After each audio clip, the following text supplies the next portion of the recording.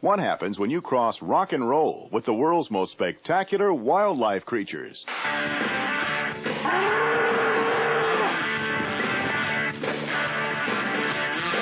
Introducing Rock on the Wild Side. This planet's most awesome predators cut to monster rock and roll.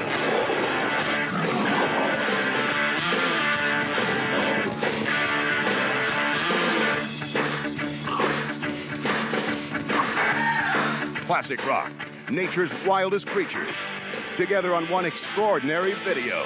It's all here. Award-winning footage, nature's most gripping, thrilling drama. The chase, the capture, the escape. And it's all yours for the low price of just $19.95.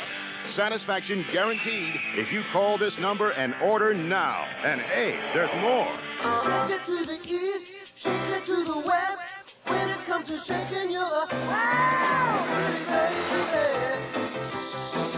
Just an itty-bitty shake, just a shimmy shake with you. Call now and you'll also receive this outrageous video, Wildlife Rocks, free. Catch all your favorite creatures of the wild at their weirdest, wackiest, and wildest. It's yours absolutely free if you call and order now. You get both incredible videos for just $19.95. Available only through this exclusive television offer. Take a rock on the wild side and call right now. To order, call 1-800-772-1433. That's 1-800-772-1433. Have your credit card ready. Operators are standing by from 9 a.m. to 9 p.m. Guaranteed to be the funniest, most exciting wildlife videos you've ever seen or your money back. You get both Rock on the Wild Side and Wildlife Rocks for only $19.95 plus shipping and handling. Have them delivered to your home or office. Take a Rock on the Wild Side and order your set today.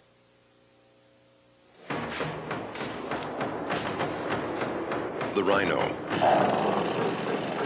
He's just one species. But if he goes, he could take a few things with him.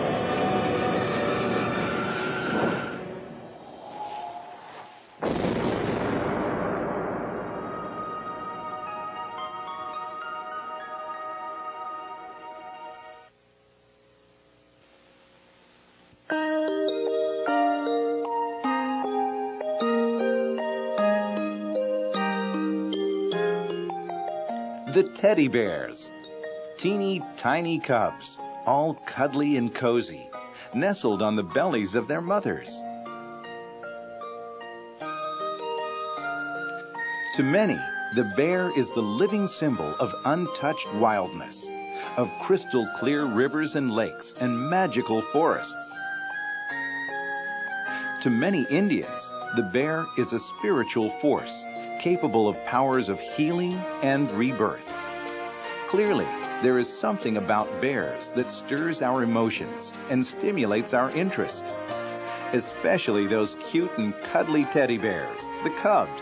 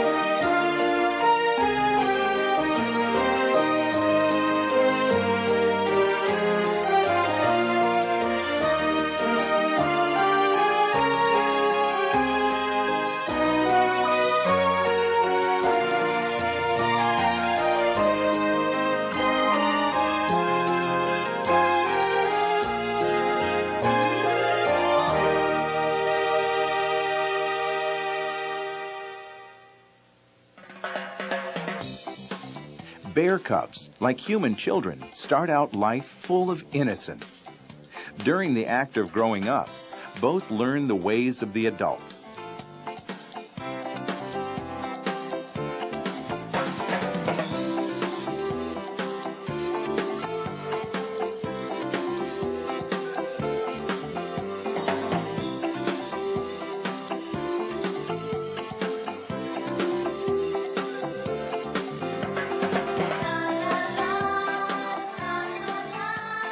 Baby bear cubs, when they are not napping or eating, spend their time playing with each other.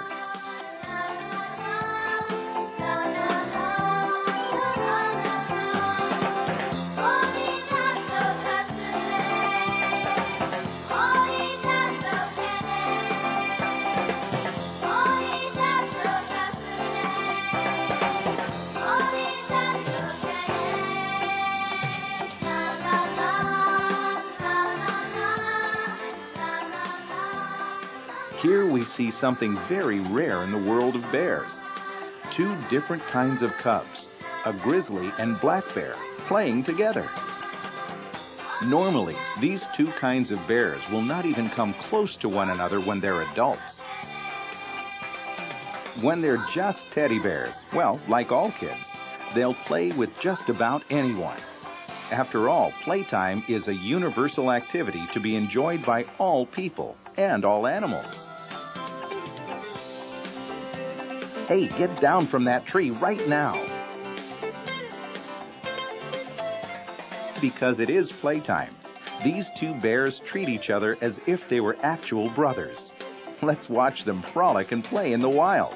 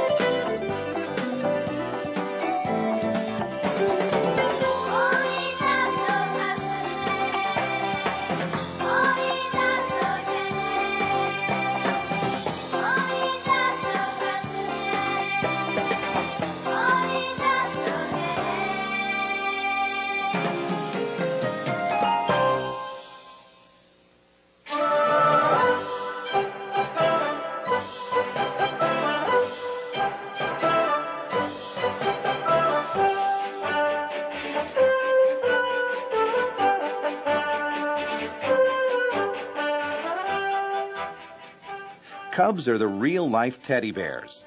Children around the world have grown up with this favorite of childhood toys. The teddy bear came to be through quite an unusual event. It was the former American president, Theodore Roosevelt, while on a hunting trip, who refused to shoot a black bear that was tied to a tree. The public was so touched by his act of kindness, they made a stuffed bear toy in his honor. The idea of the stuffed bear was so popular, everyone wanted one for their own. So the teddy bear, named after Teddy Roosevelt, was born.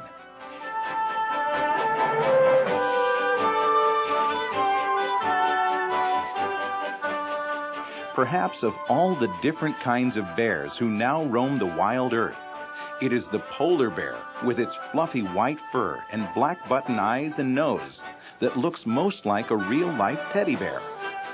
But I wouldn't want to hug one of these snow-white creatures, because polar bears will actually hunt humans. In fact, unlike their bear cousins, such as the grizzly and black bears, polar bears don't eat fruit and vegetation. They only eat meat.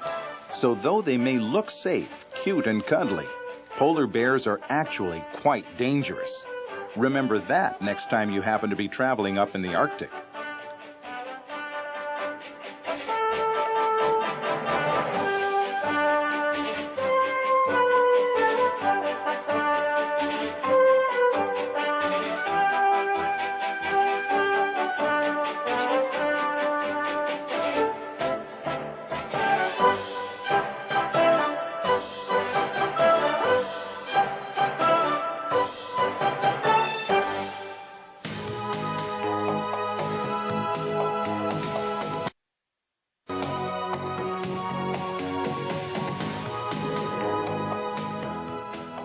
Motherhood.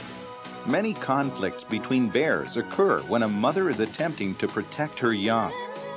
These confrontations can be quite ferocious looking, but in reality, it is extremely rare for one of the bears to get seriously hurt.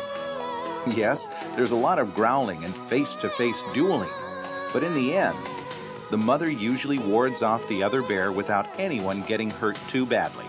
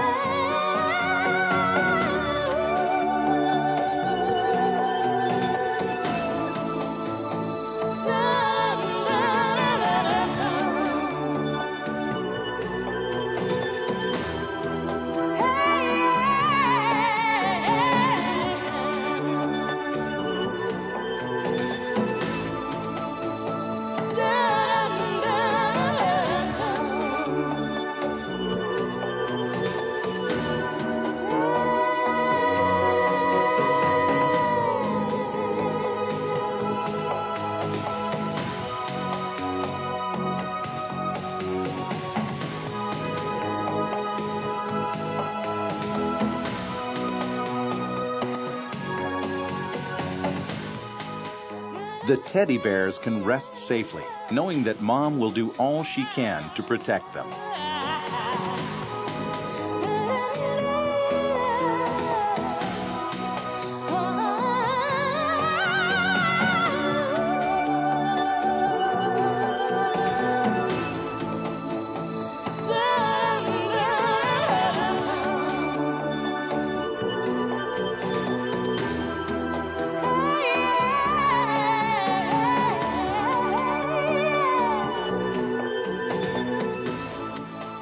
Did you know that some Indian tribes refer to bears as their grandfathers, grandmothers, cousins, and brothers?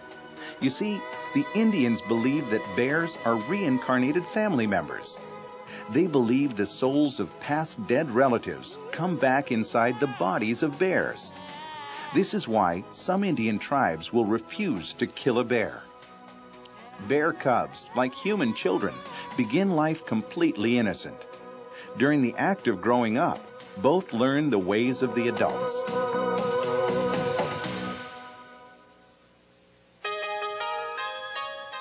Wild roses grow on the fringes of mixed hardwood and evergreen forests.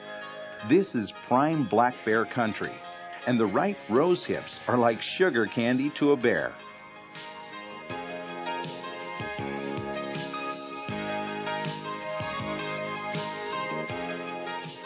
If a bear has eaten rose hips, a hiker passing by would not have any difficulty knowing it. The black bear leaves a pretty good trail of evidence behind.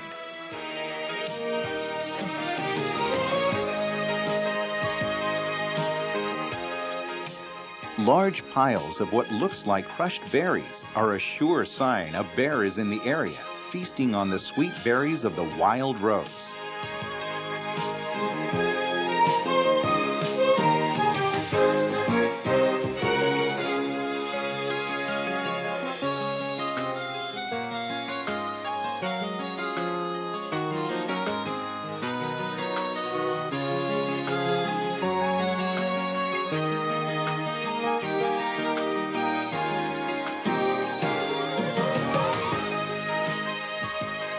And all you hikers, don't forget to look up in the trees, because black bears are champion climbers. All bears are capable of climbing trees, but the black bear has special claws perfect for the job. The claws of the black bear are curved like hooks.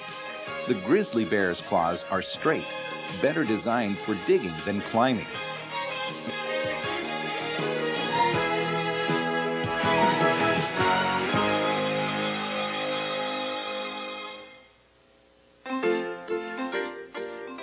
What is the color of bears?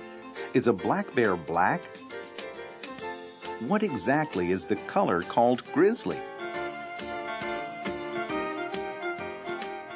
Are polar bears white? The truth is, bears come in many colors. A black bear isn't just black. They can vary from black to cinnamon, beige, white, and even blue. That's right, blue bears. Probably the most dramatic color variation of the black bear is the Kermode bear. These bears are only found in very isolated areas of British Columbia and have a beautiful cream-colored coat, very much like the polar bear.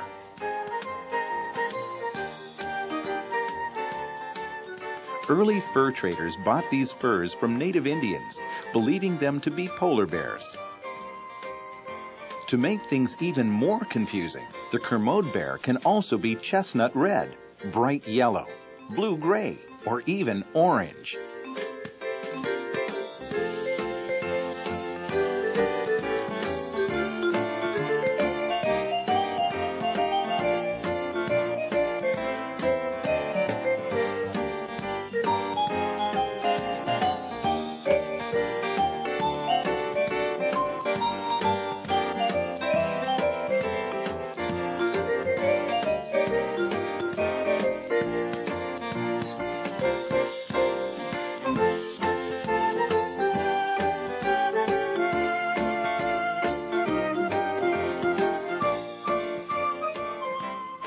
Brown bears and grizzly bears also come in a wide range of color, from black to blonde and from red to blue. So why don't we just change the name of all these bears to Ursus americanus, which means American bear? That could sure make things a whole lot simpler. Then at least, if you are attacked out in the woods and you're asked what kind of bear it was, you can just tell the ranger that it was a bear, a very big bear.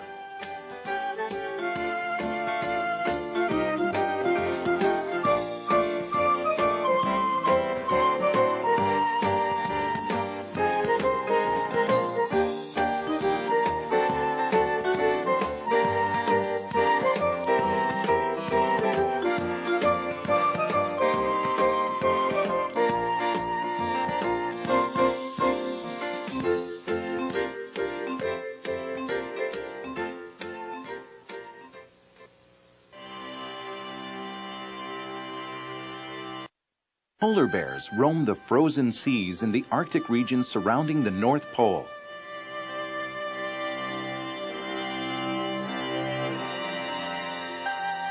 Polar bears are on the constant prowl, and when they are not sleeping, they are in search of food, traveling as far as 2,000 miles in a year.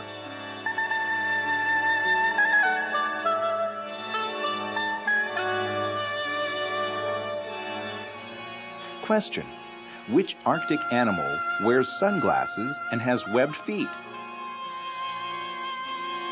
Answer: the polar bear has a special third eyelid which protects its eyes from the glare and snow blindness, and his toes are partially webbed, which makes the polar bear a world-class swimmer.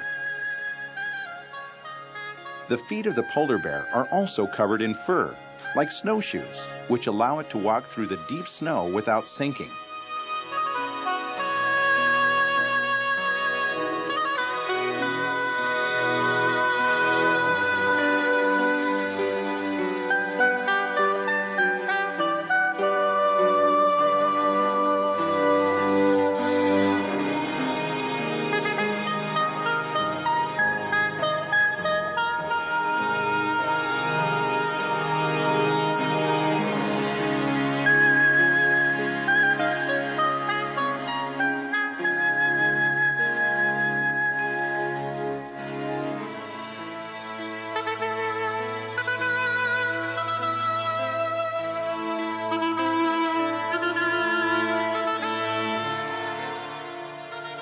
Long ago, there was an old polar bear who carried a sealskin pack and walked over the frozen north.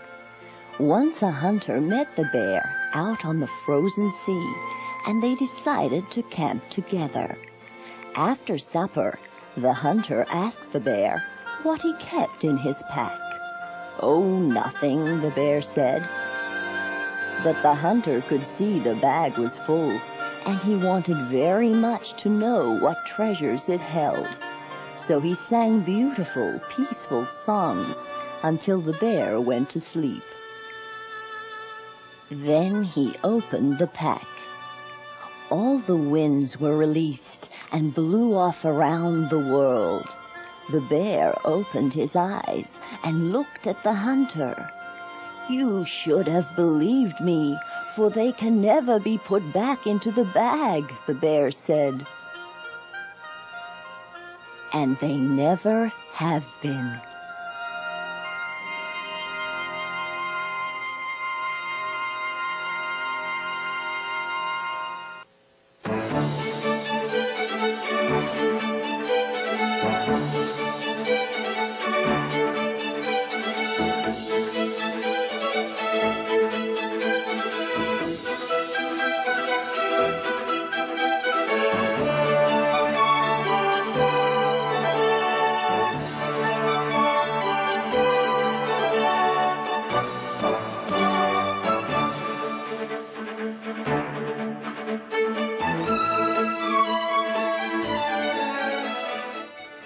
Bears are omnivores. That means they eat both meat and plants. You might say they eat both burgers and salad bars. The interior grizzly bear is mostly vegetarian. 75% of their diet is vegetable. The grizzly will take meat from other animals instead of taking the chance of getting hurt while hunting down his own meal. There is one thing the huge grizzly cannot resist, and that is a ground squirrel.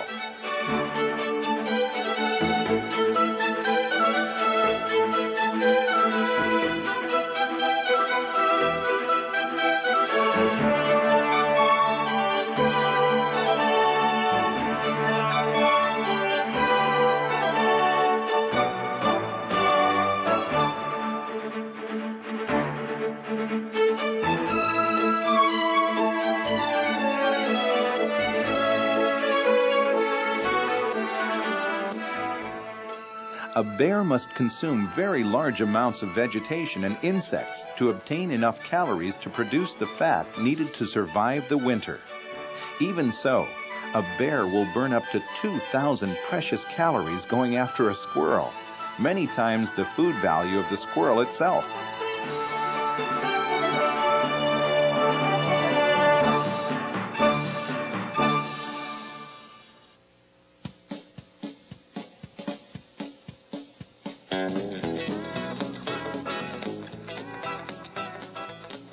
Whether cubs or adults, brown bears are the exact same type of bear as the grizzly.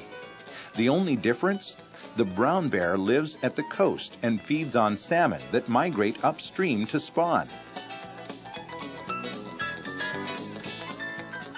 These bears reach enormous size, outweighing their counterparts of the interior by as much as 1,000 pounds.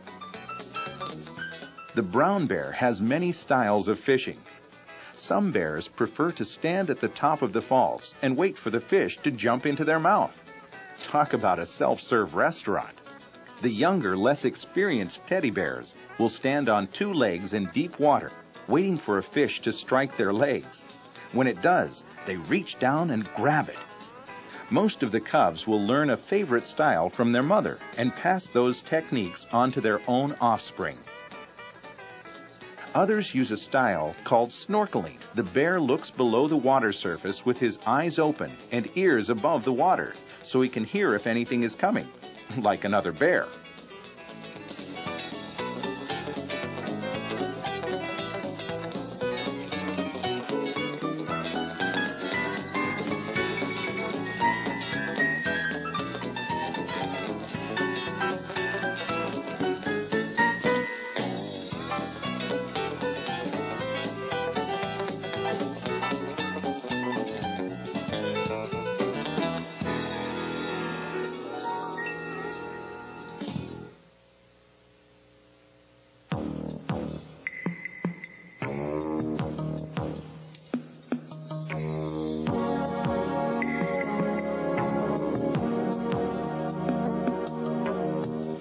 The grizzly bear shares its home with a variety of other wildlife.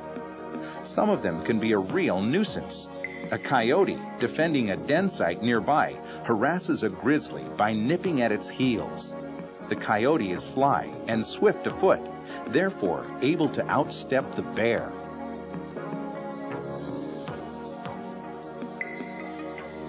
The bear and the coyote kind of work together when it comes to hunting. Unfortunately, the coyote ends up on the short end of the deal. The bear watches for the coyote to take down prey for food. Then, once it's down, the bear happily comes along and takes the food from the coyote.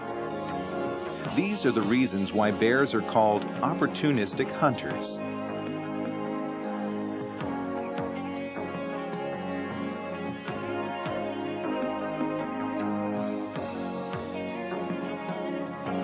The spring is the season of feast for bears. The elk and the moose are bearing their young of the year. It is hard for some humans to understand or sometimes accept this seemingly harsh act of survival. But this is nature, the natural way, the balance keeper. If prey animals were left to multiply without control, either by predator beast or human intervention, the population would quickly outgrow their home, and the food they need would be gone. The herds would become ill. And as many Indians believe, our earth is merely a way station to a higher life. When a prey is killed, the body may die, but the soul moves onward.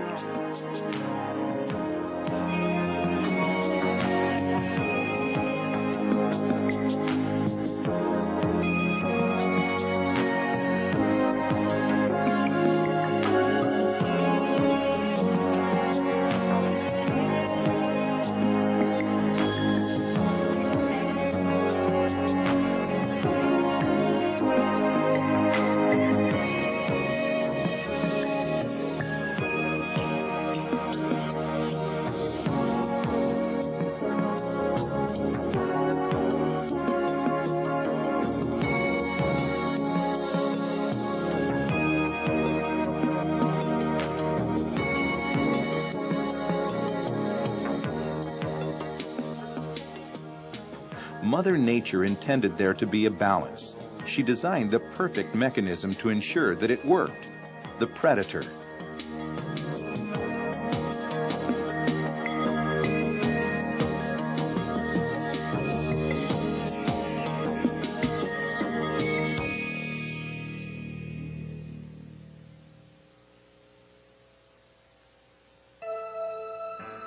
The buffalo was the essential element in Plains Indian culture. In times of famine, the Indians would pray to Mother Earth to release more souls to inhabit the bodies of the buffaloes, and so bring food to the hungry people.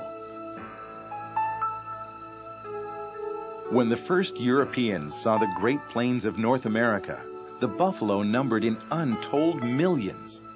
The lives and culture of the Plains Indians were closely linked to those great beasts. Then, in a short time, white hunters and settlers slaughtered the buffalo, which soon, unbelievably, verged on extinction. All the millions of bison were killed, except 24 mountain bison found in Yellowstone and a number of plains bison in private herds. Through the protection of the American government, the buffalo has had a fairly successful recovery. Who could ever have imagined that the same inexcusable act of slaughter could occur again? It was in March of 1997.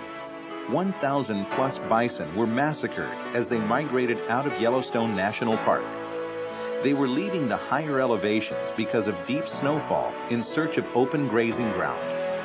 The government could do nothing as ranchers from Montana shot the bison as they crossed the invisible boundary of the park onto land the ranchers say belonged to them. The bodies were loaded onto flatbed trucks and hauled off to slaughterhouses. So few bison survived the shooting. If this is how we protect America's national heritage, how great is the future for the bear? The bison are to the bear what the bison were to the Indians. When the bison disappeared, so did the Native American tribes.